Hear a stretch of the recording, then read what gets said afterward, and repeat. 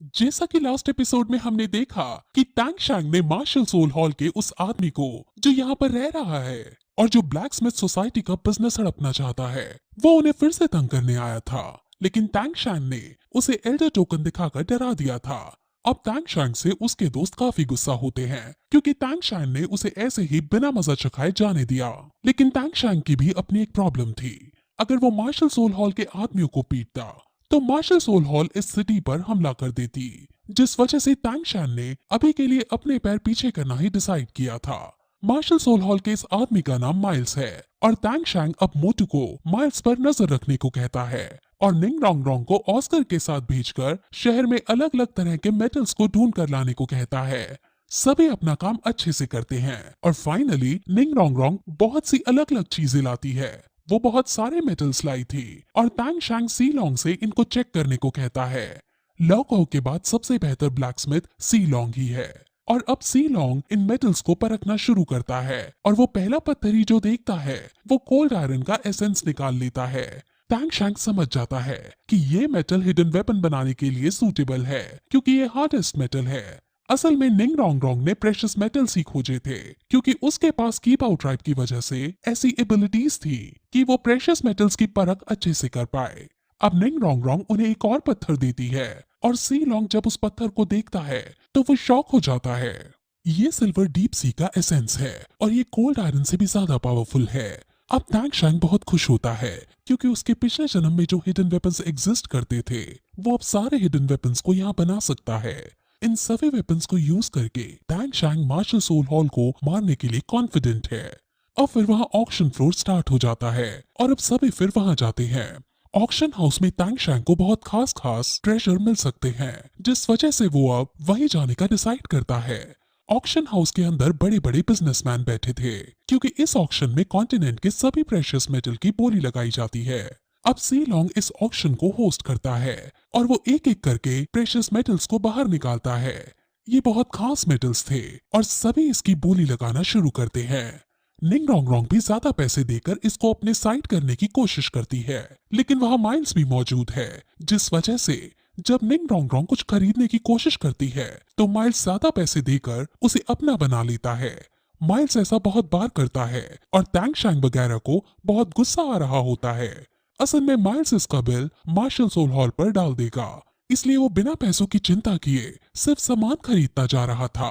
अब फिर बोली के अंदर निंग रोंग रोंग और माइल्स ही सारा सामान खरीद लेते हैं, लेकिन एट लास्ट ऑक्शन के अंदर एक बहुत ही खास आर्मर को लाया जाता है जो खुद लॉकआउट ने अपने हाथों से बनाया था। ये आर्मर निंग रोंग रोंग खरीदना चाहती थी, लेकिन माइल्स इस आर्मर को 1 मिलियन सोने के सिक्कों से खरीद लेता है और ये देखकर सब शॉक हो जाते हैं।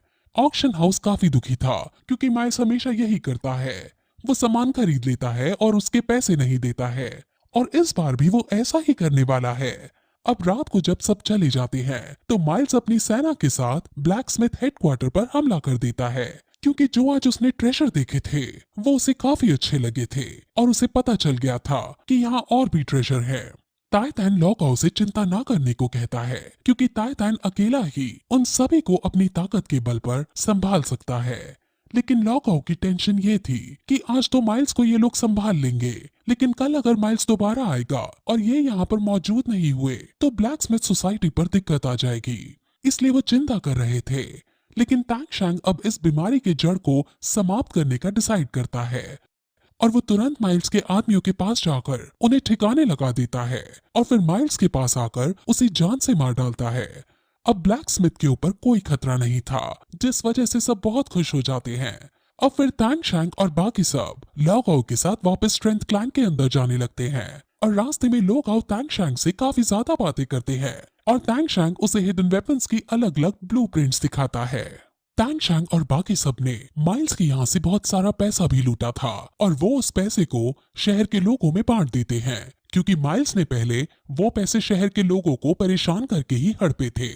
इसके बदले में ब्लैक स्मिथ सोसाइटी ने टैंग शैंग को ऑक्शन में बेचे हुए सारे ट्रेजर्स आधे दाम पर दे दिए और अब टैंग शैंग के पास वो सभी ट्रेजर्स थे जो वो ऑक्शन में खरीदना चाहता था।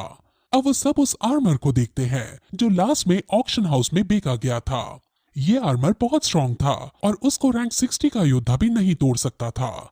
इसके अंदर एक मेल और एक फीमेल आर्मर था। टैंग शैंग मेल आर्मर को ऑस्कर को दे देता है और फीमेल आर्मर को वो जियाओ को दे देता है, क्योंकि जियाओ वू को अभी अपनी रक्षा की बहुत जरूरत थी।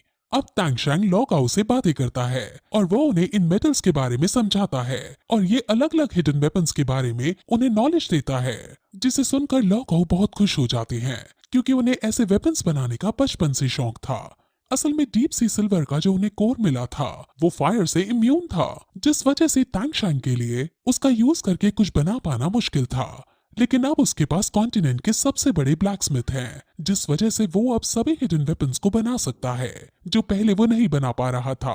टैंग शैंग लॉकाओ की मदद से अब बुद्धा लोटस एंगर भी बना सकता था और इस वेपन के एक वार से ही पूरा मार्शल सोल हॉल तबाह हो सकता था, इसलिए टैंग शैंग बहुत खुश हो रहा था। अब उसे सिर्फ मार्शल सोल हॉल में होने वाले इलेक्शन कॉन्टेस्ट का इंतजार था, क्योंकि उसके बाद ही वो मार्शल सोल हॉल पर हमला करके उससे अपना बदला ले सकता है। अब स्ट्रेंथ क्लैन में पहुंचने के बाद ओल्ड राइनो और ओल्ड बर्ड उनका स्वागत करते हैं और वो सभी लॉकाओ से मिलते हैं।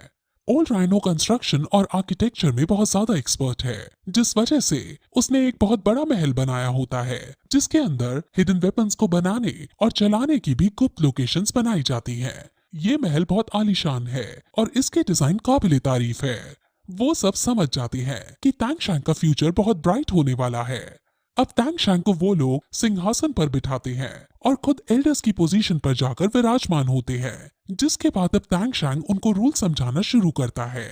वो कहता है कि हम सभी यहाँ 4 अलग अलग क्लैंस के नाम से जाने जाते हैं, लेकिन अब हम क्लैंस के नाम को छोड़कर काम के नाम से एक दूसरे की पहचान करेंगे। यहाँ 4 अलग अलग डिपार्टमेंट बनाए जाएंगे, जिसमें पहला डिपार्टमेंट ट्रीटमेंट डिपार्टमेंट होगा और उसके हेड ओल्ड गोट होंगे, क्योंकि वही है हमारे बीच जो मेडिसिन के बारे में नॉलेज रखते हैं। दूसरा डिपार्टमेंट डिफेंस का होगा, जो मजबूत कंस्ट्रक्शन के साथ साथ डिफेंस एरिया को संभालेगा और इसके हेड ओल्ड राइनो होंगे। इसके बाद एजिलिटी डिपार्टमेंट होगा और ये डिपार्टमेंट इंटेलिजेंस ब्यूरो होगा, जो जासूसी और खुफिया इंफॉर्मेशन का ध्यान रखेगा। एल्डर लॉकाओ का डिपार्टमेंट वेपन्स बनाने का होगा और हर वेपन लॉकाओ के नाम पर लिखा जाएगा ताकि वेपन्स का एक ब्रांड क्रिएट किया जा सके। ये सब बातें सबको बहुत अच्छी लगती हैं और फिर टैंग शैंग अब सभी को जीवो के बारे में बताता है और कहता है कि ये मेरी लवर है और ये मेरी मॉम की तरह ही एक सोल बीस्ट है। ये सुनकर सब बहुत ज्यादा शॉक हो जाते हैं और फिर यही एपिसोड इस तरह खत्म हो जाता है।